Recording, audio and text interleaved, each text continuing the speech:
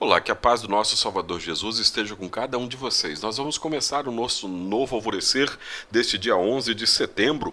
Dia 11 de setembro, um dia que ficou marcado na história por um dos piores atentados terroristas que este mundo já viveu.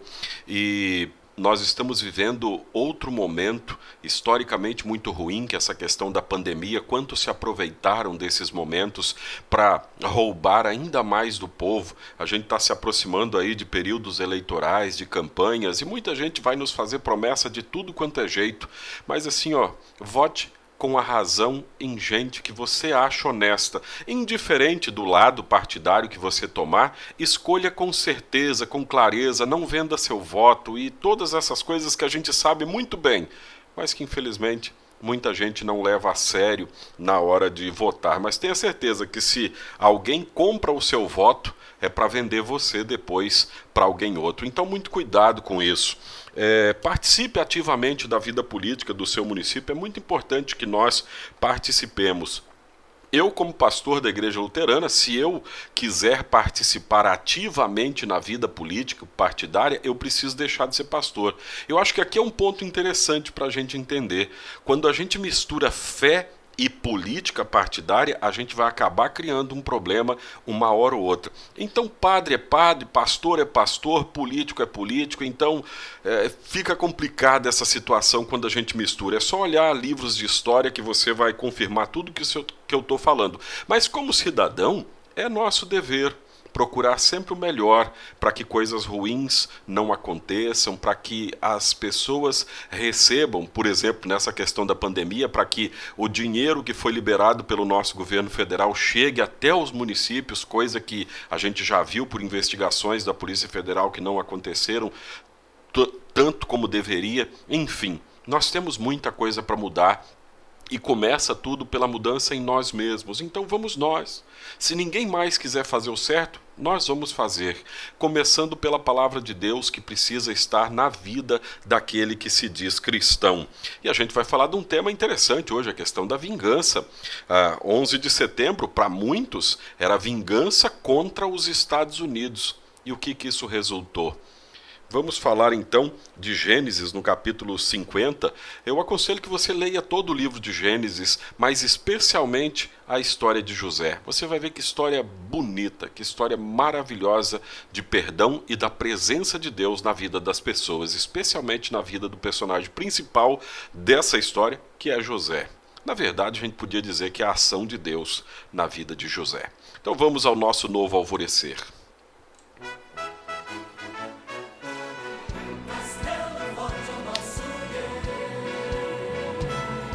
Castelo forte é o nosso Deus, digno de louvores.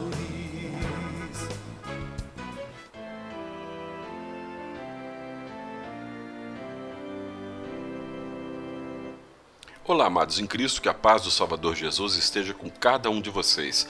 Nós estamos começando agora o nosso novo alvorecer deste 11 de setembro, sexta-feira do ano de 2020, com o texto bíblico de Gênesis 50, 19. Mas José respondeu: não tenham medo, eu não posso me colocar no lugar de Deus.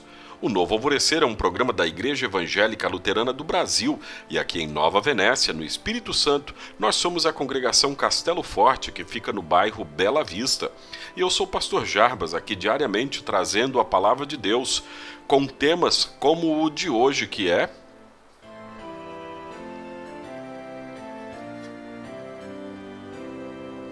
vingança. Diz o ditado popular que a vingança é um prato que se come frio. Esse ditado significa que, para vingar-se, é preciso esperar, planejar, criar a situação apropriada para realizar a vingança desejada e, assim, o prato esfria. Provavelmente a maioria das pessoas não gosta de comida fria. E fica aí uma boa dica: a vingança não é boa e não faz bem, nem ao outro, nem a você. A gente poderia dizer que a vingança, então, é um prato que nem se come. Mesmo que se obtenha êxito com a vingança ou com essa ação vingativa, ela não gera o bem, não gera alegria nem satisfação.